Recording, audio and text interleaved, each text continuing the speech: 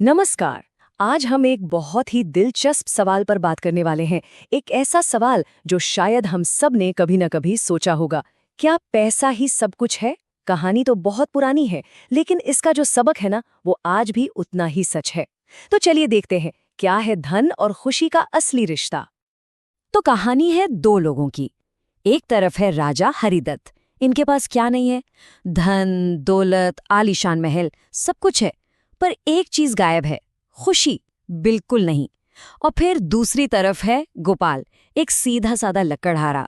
उसके पास कुछ भी नहीं है, लेकिन मजे की बात यह है कि उसके पास दुनिया की सारी खुशियां हैं। यही तो सबसे अजीब बात है ना, कि ये हो कैसे सकता है। मतलब एक आदमी जिसके पास सब कुछ है, वो परेशान है, दुखी है, और दूसरा जिसके पास कुछ नहीं है, वो इतना खुश कैसे रह सकता है। आज हम इसी पहेली को सुलझाने की कोशिश करेंगे। तो चलिए सबसे पहले मिलते हैं हरिदत्त से। जैसा कि मैंने कहा, हरिदत्त के पास दुनिया की हर सुख सुविधा थी, लेकिन मन में ना एक अजीब सा खालीपन था, एक बेचैनी थी जो उन्हें कभी चैन से रहने ही नहीं देती थी। जरा सोच कर देखिए हरिदत्त की दुनिया को। दूर दूर तक फैले खेत, खाने के लिए सोने चांदी के बर्तन, आगे पीछे घूमते अनगिनत नौकर चाकर, और रोजाना होती थीं बड़ी बड़ी दावतें। उनका घर तो एकदम महल जैसा था। पर इस सारी चमक दमक के पीछे बस एक गहरा सन्नाटा था। अब हरिदत्त की इस दुनिया से ठीक उलट एक और दुनिया थी, एकदम अलग। ये दुनिया थी लकड़हारे गोपाल की। एक ऐसा जीवन जो सादगी से भरा हुआ था। तो गोपाल की दुनिया कैसी थी? एक छोटी सी झोपड़ी, पहनने को फटे पुराने कपड़े और खाना खाने के लिए मिट्टी के बर्तन।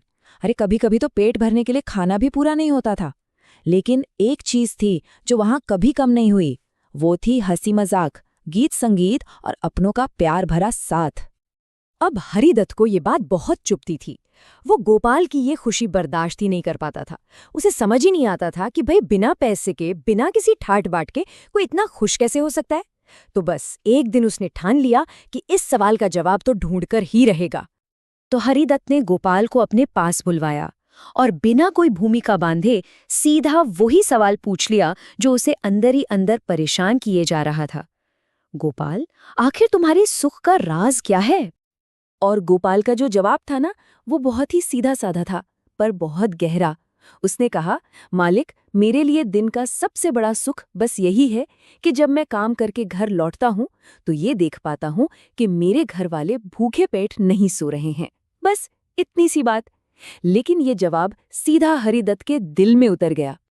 गोपाल की ये बात सुनकर हरिदत्त को जैसे एक रास्ता मिल गया।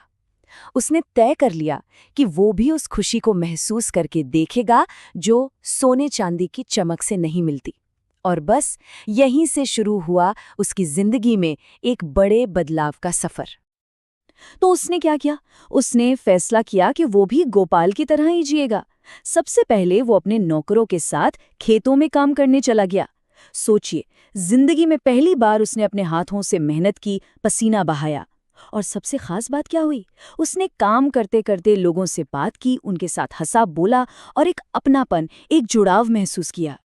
उस रात जब हरिदत्त घर लौटा ना, तो जिस्म तो बहुत थका हुआ था, लेकिन मन में पहली बार कोई चिंता नहीं थी, बल्कि एक ऐसी शांति थी, एक ऐसा सुकून था जो उसे अपने आलीशान महल की चारदीवारी में कभी महसूस नहीं हुआ था। और बस उसी पल हरिदत्त को असली बात समझ में आ गई। उसे ये एहसास हुआ कि अपनी मेहनत की पसीने से जो खुशी मिलती है, उसकी मिठास सोने की चमक से कहीं कहीं ज्यादा मीठी होती है। ये वो एहसास था जिसे दुनिया की कोई दौलत नहीं खरीद सकती थी।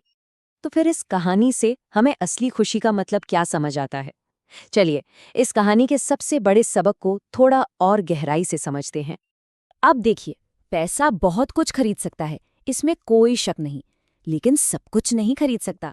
पैसा आपको एक बड़ा सा घर तो दिला सकता है, पर उस घर में मिलने वाला सुकून नहीं।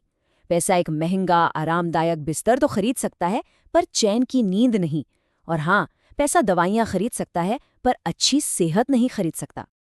किसी पुराने संत ने एक बड़ी कमाल की बात कही थी। उन्होंने कहा कि धन से सुख की उम्मीद करना ठीक वैसा ही है जैसे नमक से मिठास की उम्मीद करना। मतलब एक हद तक ही काम आता है। असली मिठास तो जिंदगी के अनुभवों में है, रिश्तों को निभाने में है। तो आखिर में ये कहानी हमें क्या सिखाती है? बस यही कि किसी भी इंसान की असली पहचान उसकी दौलत से नहीं बल्कि उसकी मुस्कान से होती है। और वो सच्ची, दिल से निकली मुस्कान कहाँ से आती है, ये अब हम सब अच्छी तरह जानते हैं।